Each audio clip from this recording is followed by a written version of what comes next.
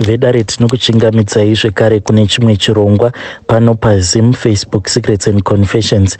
Tadzoka zvekare nemamwe mamessages. Regedzai tibva tapinda mumamessages edu atadzoka takakubatirai. Hei, zvakangoma hazvo veduwe. Hanzi makadii zvenyu mukomana Shi, ndinokumbirawo kuti munge muchindiposterawo nyaya yangu makavikawo chitupa changu. Inini mukoma ndiri murume ane makore 36 ekuberekwa. Pari zvino ndiri kuraramawo ndiri kunyika yevatorwa, asi nyaya yangu yandiri kuda kukuudzai yakaitika apo pandainge ndiri kuZim. So ndakati ndapindawo muHarare ndakabva ndazotanga kushandira umwe mudhara uyu wandakatanga kushandira ainge aine garaji rake. Akatanga angori negaraji rekuti paingogadzirwa motikari manual cars chete, kudzamara azototanga kutogadzira zvekare nemaauto cars. Painge pachigadzirwa motikari from the ground up, waiti kana motikari yako ikafa magetsi painge paina auto ipapo. Kudzamara mudhara uyu azotomboita sort of like a college, but mudhara uyu ainge akaromba. Ende inini ndichitanga kumushandira mudhara uyu ndaingofungidzirawo kuti vamwewo avo vainge vaine magarages avo ainge ari padhuze negaraji remudhara uyu vainge vakamuvenga, because vaiwanzokuti mukunotaura neni vobva vati mudhara wako uyu waunoshandira unomutemba chaiko here mufanda. Inini ndaingoti ndinomutemba mudhara uyu, ane mwoyo yakanaka. Vanhu vazhinji mukore uno mukoma vava vanhu vekuti vava kungohwanda nechechi. Munhu kana asingadi kuzivikanwa kuti iye akaromba anobva angohwanda zvake nechechi. Mudhara uyu ainamata zvimwe zvekuti wega wainzwa kuti ya panapa ndapinzwa mumweya naye. Mudhara uyu ndiye akazotondikurudzira kuti ndinge ndichizopa upenyu hwangu kuna Jesu, because akabva ati pagaraji pake hapashandi munhu asinganamati. Asi zvandakazoudzwa mukoma zvakandikandisa mapfumo pasi. Saka pandakaudzwa nyaya yake mudhara uyu ndakabva ndanzi mudhara uyu iye hanzi ainge akachekeresa hanzvadzi yacho mushure mekunge hanzvadzi iyi aiudza kuti inge ichiuya kuHarare. Saka hanzvadzi iyi iri munzira, hanzi yakabva yazodropwa off nekuti mari ainge akatumidzira kuhanzvadzi yacho, mari yacho yainge isina kukwana. Then zvakazoitika ndezvekuti hanzvadzi yacho yakazoti yahaika motikari ichingozama kutsenziridza kuti mari yacho inge ichikwana. Apa mudhara uyu ainge audza hanzvadzi yacho kuti ndichazokubhadharira mari kana wazosvika muno muHarare, unongondiudza kuti motikari yacho inenge ichizokudropa kupi, ndobva ndazomhanya nemari iyo kana kuri kunzi mari yako yatadza kukwana. Instead yekuti mudhara uyu ange achikurudzira hanzvadzi yake kuti inge ichizopinda mumotikari, mudhara uyu hanzi akabva atokurudzira hanzvadzi yake kuti inge ichitopinda mumaprivate cars. Saka hanzvadzi yacho hanzi yakabva yazongokwira in a private car, then along the way hanzvadzi yacho ndokubva yazongopondwa ikabva yazongokandwa musango. Hanzvadzi yacho hanzi payakazoonekwa mutumbi wacho wainge watoshata, apa maziso ainge akakodoborwa zvekare nemazino maviri ainge akakodoborwa. Hanzi mazamu acho ainge akabviswa minyatso iyi. Then hanzi mutumbi uyu wakaonekwa usina kana hembe, ndipo pawakazoonekwa mutumbi uyu watoshata. Kamadhara aya awo ainge achindiudza vainge vachingonditi mudhara wako uyu akachekeresa hanzvadzi yake, but I never believed it. Ndakangozviudza kuti vanhu ava vanongonzwirawo godo mudhara uyo wandainge ndichishandira. Zvadaro mukoma, sezvo ndainge ndiri munhu ainge asina pekugara, plus mudhara uyu aingoramba achingondiudza kuti iye ainge achida kuti ndinge ndichigara pagaraji, nekuti pagaraji apa painge pasina kana security. Saka ndaingorara mune rimwe zimotikari iro randairara kumashure kwacho kusiti. Nerimwe ramazuva mukoma ndakazoona chimwe chinhu chekuti mhuka iyi handizivi kuti imhuka yakaita sei. Mhuka iyi yenge yakaita kunge zigorilla, but at the same time yaita kunge rimwe zimunhu. Zimhuka iri ndakariona richingofamba payadi. So payadi apa zvapainge pakaita pakati peyadi ndipo patainge tichigadzirira motikari dziya dzekuti dzinenge dzichingoda quick repairs. Then on the right side and on the left side ndiko kwataipaka motikari dzedza dzekuti dzinenge dzichida kurohwa maoverhaul zvekare nemamwe marepairs ekuti anenge achitora a long time. Saka inini rimwe zimotikari randainge ndichirara mariri rainge riri on the left side of that yard. Saka ndakangokaruka ndanzwa imwe feeling yainge isiri normal, ndokubva ndamuka. Apa ndainge ndakatofuka kamwe katisheti kangu zvangu, ndokandainge ndakangofuka kumeso because musi wacho iwoyo kwainge kuchipisa sei. Saka ndakabva ndamuka ndichifungidzira kuti maybe painge paine vakomana vainge vajamba jirawo vachida kuba something. Saka ndakamuka zvinyoronyoro mukoma, ndipo pandakabva ndazoona chimhuka ichocho chandakaona chikuti nanhasi uno kuti ndinge ndichichirondedzera chaiko ndinotadza kana kuchirondedzera. Ndakangochiona mukoma chichingofamba payadi, chaingofamba chikafamba chikaenda pamotikari iyi chobva chaenda pamotikari iyi.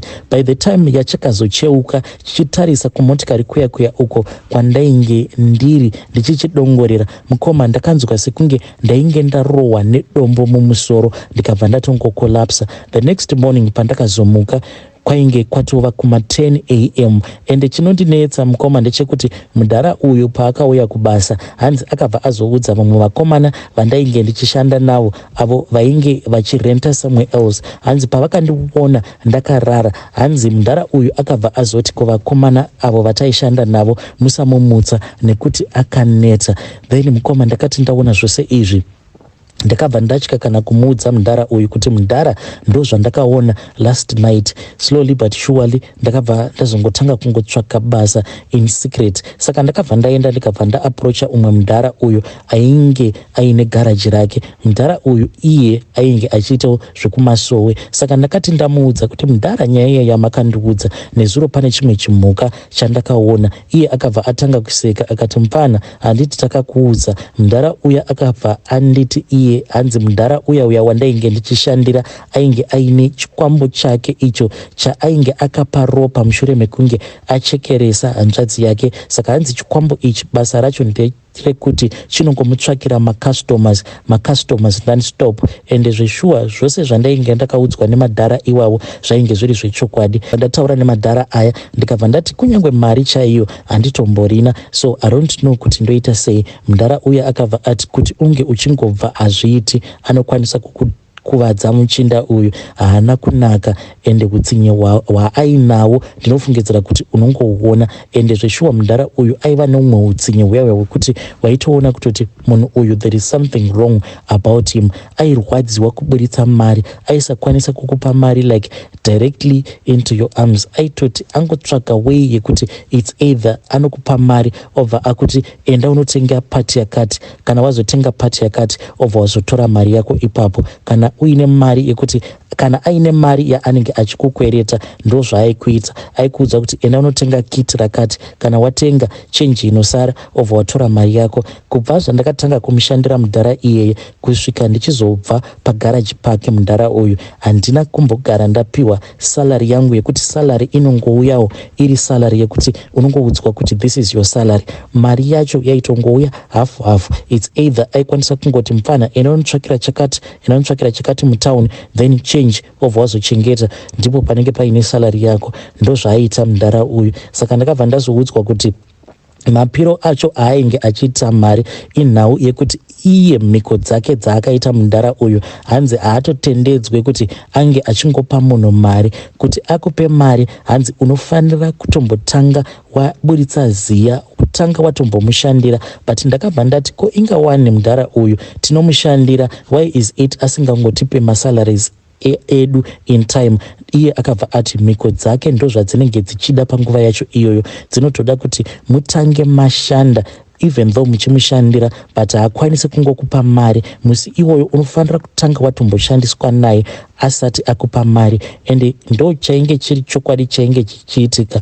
Musi wekuti anenge ashaya basa rekuti ange achikupai before akupai mari, zvaaingogona kuita mukoma ndezvekuti aingoti torai mabhurumu, torai mareki, rekai payadi. Apa anenge akabata zvingava zviri zvimaenvelope zvinenge zvine zvimwe zvimari zvishomanana mukoma. Mushure mekunge mareka aibva akupai kana zvimari obva ati awa ma10 US awa ndoda kuti munge muchimbomabata, but mari yenyu yesalary ichazouya. Hatina kana kumbogara takwanisa kupiwa full salary for the longest time pandakamushandira mudhara uyu. So muprofita uya akabva azongonipa munamato akati, munamato uyu wandiri kuda kukupa ndiri kuda kuti zuva risati ranyura gara waisa minamato yako muchimotikari chako icho chaunoshandisa sebedroom yako ende ndapota usabuda panze, because ndakabva ndanzi hanzi mudhara uyu ane nyoka yake. Nyoka iyi hanzi inorara ichingotenderera muyadhi imomo pagaraji ichingotenderera. Hanzi kutenderera kwainenge ichiita ikoko hanzi mangwana makuseni ndizvo zvinobva zvazokwezva vanhu. Kana uri kastoma yake mudhara uyu, motikari yako kana mudhara uyu hanzi kana ada kuti motikari yako inge ichifa ane mhiko dzaanongoita. So zvezve zvokuti uchingofamba kunyange uri kure sei motikari yako inotofa, inenge yasungwa nezvikwambo zvomudhara uyu. Iye achingouya paipai paunenge wastaka kungoibata so motikari yako inobva yatanga kutoshanda, because iye anenge asunungura paya panenge pasungwa nezvikwambo zvake. So inini ndichimushandira panguva yacho yandaimushandira mudhara uyu taikwanisa kutotravela for a very long time. I still remember umwe mudhara so ainge aine chimotikari chake, saka ainge akawana mukoto wekuti paiva nevamwe vanhu vainge vachienda kuboli uko kwavainge vachienda kunotora zvimwe zvidoro zvainge zvichibva nekuna Mozambique. Saka mudhara uyu akamboita mari, then akabva azongouya nezvimarori zvake zvaaishandisa pagaraji remudhara uyu. Zvimarori izvi pazvakauya mukoma zvainge zvichingoda kungochinjwa maheadlights. Saka mudhara uyu paakauya nezvimakenta zvake, zvimakenta zvake izvi zvainge zvichingonetsa maheadlights. It was just a minor job. Then murungu wedu iye ainge ari muoffice akabva atosimuka akati ainge achida kuita basa racho iroro, ende akabva ariita nemazvo. Kukanika here mudhara iyeye akakubatira motikari anokurukira injini zvekuti wega unopa kutenda, but mishonga pamishonga ndo paakangoshata. Akati angofixa maheadlights aya mukoma, then zvikenta izvozvo zvakazotanga kuita mamwe maproblems. Dzimwe nguva taikwanisa kutoenda kuchiredzi tichingoenda kunogadzira motikari dzemudhara uyu. Mudhara uyu ainge ava kungoshandira kugadzirisa motikari dzake, ende nenyaya yekuti vanhu vaiziva kuti mudhara uyu mudhara ane garaji rake uyu wekuromba uyu munhu aiziva basa, vanhu vaingoramba vachingodzoka paari. But chavainge vasingazivi ndechekuti mudhara uyu aingoti kana akangozvifunga kuti nhingi agarisa mhani, ende mudhara uyu ndo zvaaitoita. Aiti kana akangoti nhingi agarisa mhani asingasviki pano paisambopera 2 or 3 days munhu iyeye kunyange achinzi ane bango remotikari sei waitomuona achiuya. It's either motikari yaiuya ichitowewa kana kuti motikari yaizosvika pakuzosara pagaraji. Motikari yedu yaizosara kuzosvika pagaraji, but unenge uchitoona kutoti motikari iyi ibango zvaro, but motikari iyi yava kukosora. Ndo zvandakasangana nazvo, ndo spiritual encounter yangu iyo yandakasangana nayo mukomanasha. Inini ndinongokurudzira vanhu kuti namatai vanhu namatai, because anozokuroya muupenyu autombomuzivi.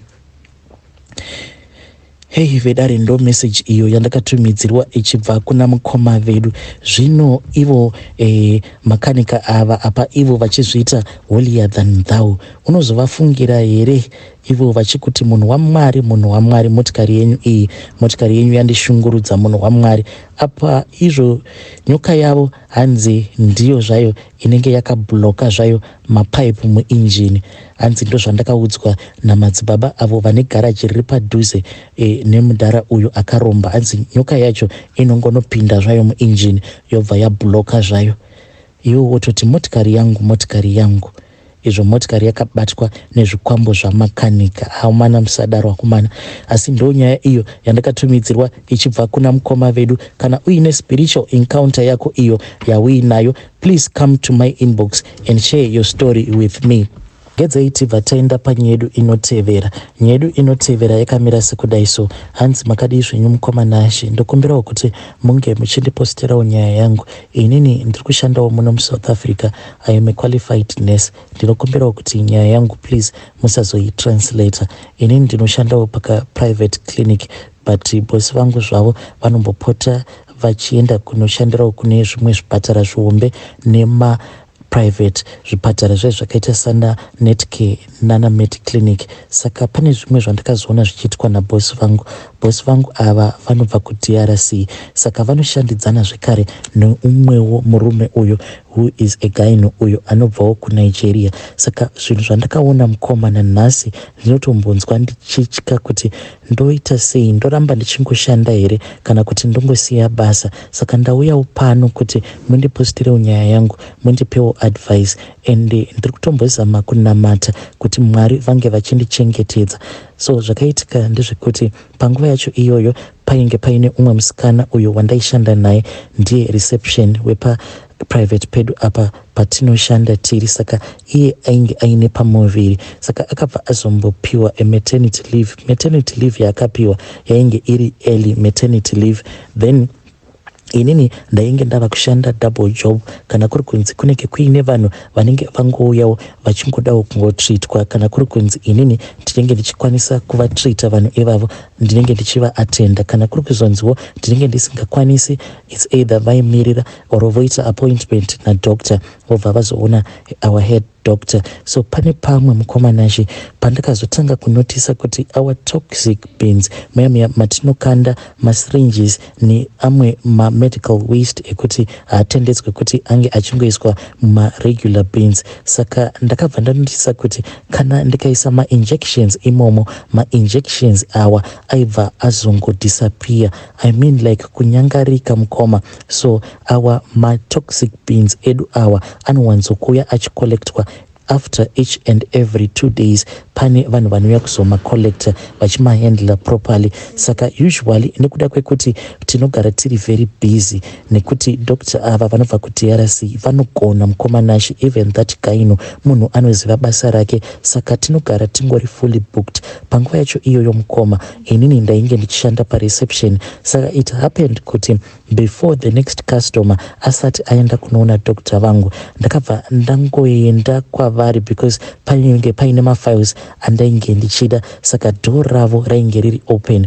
Ndakabva ndazoona our head doctor vainge vakabata zijumba rema-needles awa. Ma-needles awa mukoma vainge vachimaisa mune chimwe chihari. So but hari iyi design yacho, muona madesigns edu, madesignero atinoita hari akatosiyana nehari yandakaona vakabata muruoko rwavo. Saka vainge vachiisa zijumba riya rema-needles akashandiswa muhari imomo.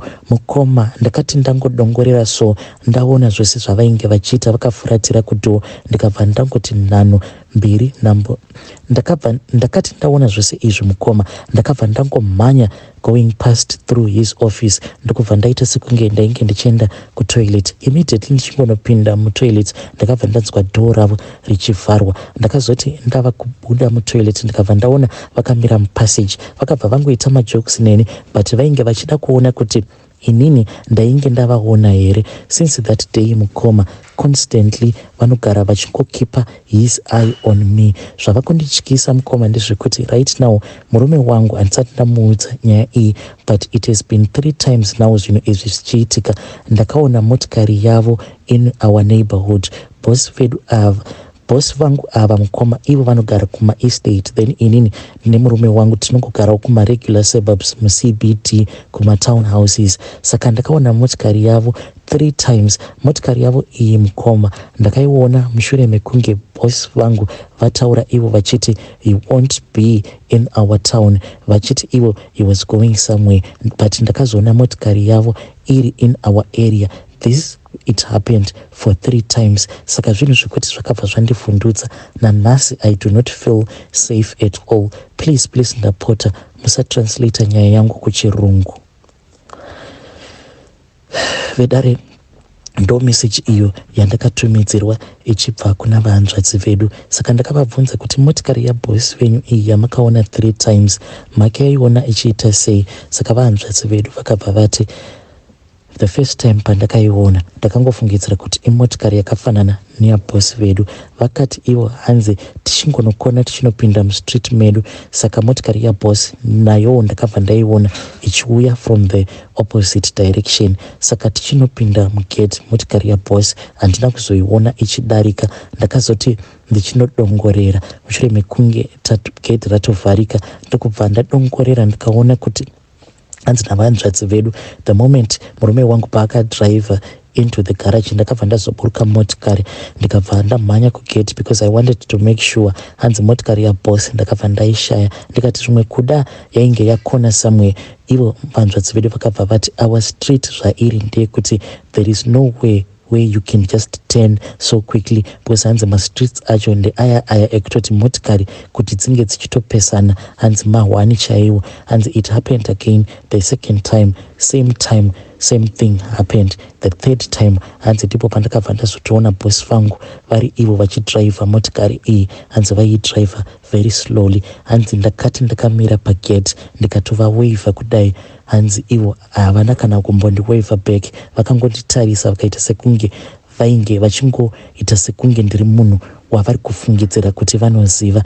Ndakati saka makavabvunza here? Hanzi ndakavabvunza, ivo vakabva vati no, I was on my vacation at that time. Saka inini vanzvadzi vedu ava I think kuti chitongokumbirai leave, emergency leave chaiyo, motorwara zvefeki.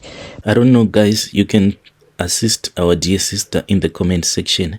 Ngatibatsirei vahanzvadzi vedu mucomment section. Yei zvinotyisa. Hanzi ndakaona boss vangu vakabata zijumba rema used injections ndokubva vamaisa ma injection wavo hanzi mune imwe hari.